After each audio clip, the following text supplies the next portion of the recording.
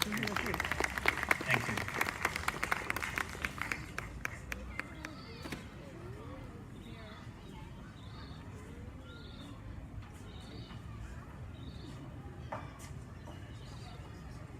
Hello everyone, and I too would like to acknowledge the Gadigal people of the Eora Nation and pay my respects to their elders both past and present, and acknowledge the very important guests that are here today, especially His Excellency Mrs Hurley and other special guests and friends who have gathered for this important ceremony again.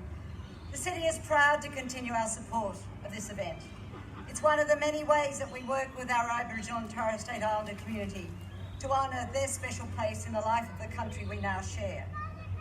And I'm really pleased to have been involved in this service since its very first event back at St Saviour's a long time ago.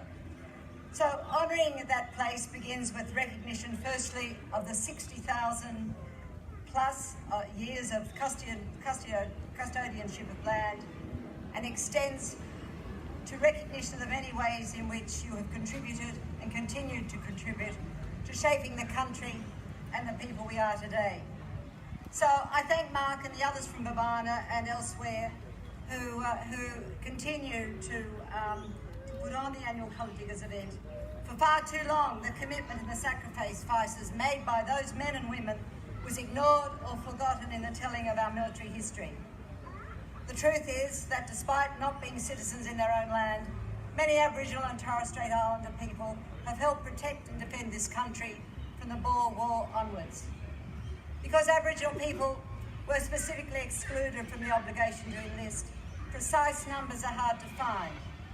But thanks to the work that Babana and other groups have done, there is a growing interest among historians to uncover that hidden history and those stories. And you know, the military are not generally lauded as the most progressive element in any country. So it's ironic that in the words of Gary Oakley, the president of the Aboriginal and Torres Strait Islander Veterans Association, who said, the Australian Defence Force was the first equal opportunity employer of Indigenous Australians. Today, as we think of this Colour Diggers theme, homecoming after the battle, we also think of how we can redress the past injustice of the homecoming those men and later women faced.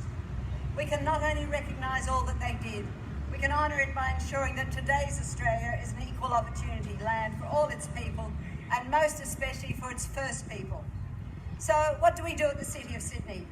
Our Reconciliation Action Plan focuses on building respect, on forging relationships, on creating opportunities for and with Aboriginal and Torres Strait Islander peoples.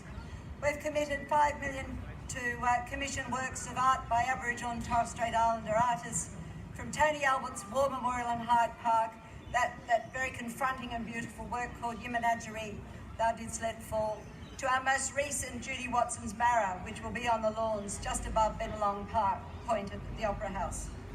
We support the annual NAIDOC in the city and the annual Yarvin Festival in Victoria Park and other cultural events throughout the year. And our Eora Journey work includes an economic development plan that addresses access to education and training opportunities, as well as issues associated with business investment, enterprise development and employment. We want to create an economic hub, maximise employment, improve opportunities for tertiary education and boost sectors of the economy.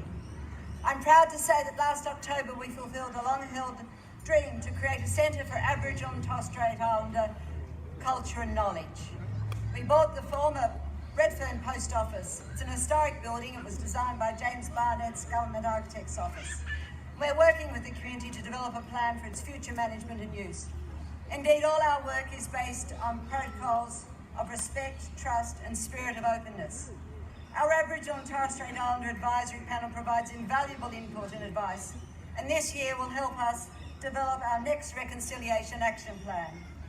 And so that all Sydney-siders and our visitors can better appreciate the many thousands of years of Aboriginal history that continues as a living tradition in the 21st century Sydney, today and tomorrow. It's a walking tour of more than 50 sites around our city. Thank you.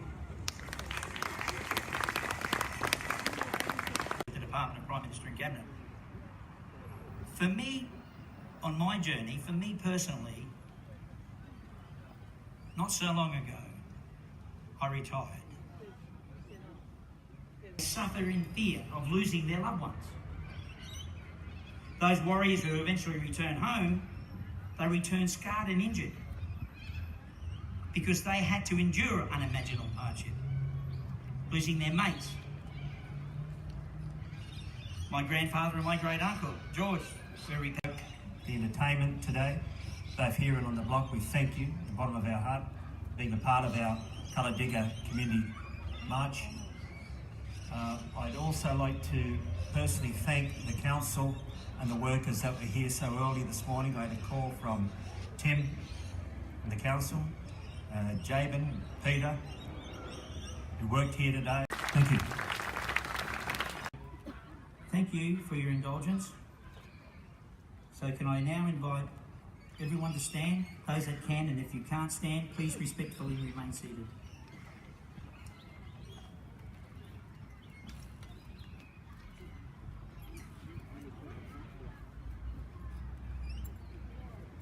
They shall grow not old, as we that are left grow. Age will not weary them, nor the years condemn. At the going down of the sun and in the morning, we will remember them.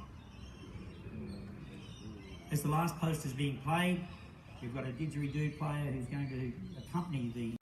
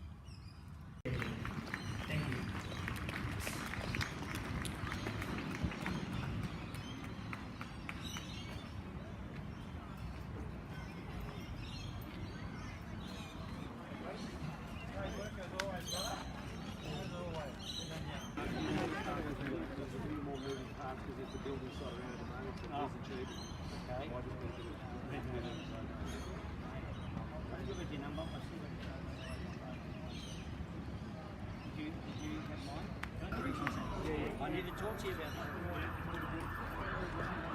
Yeah, no,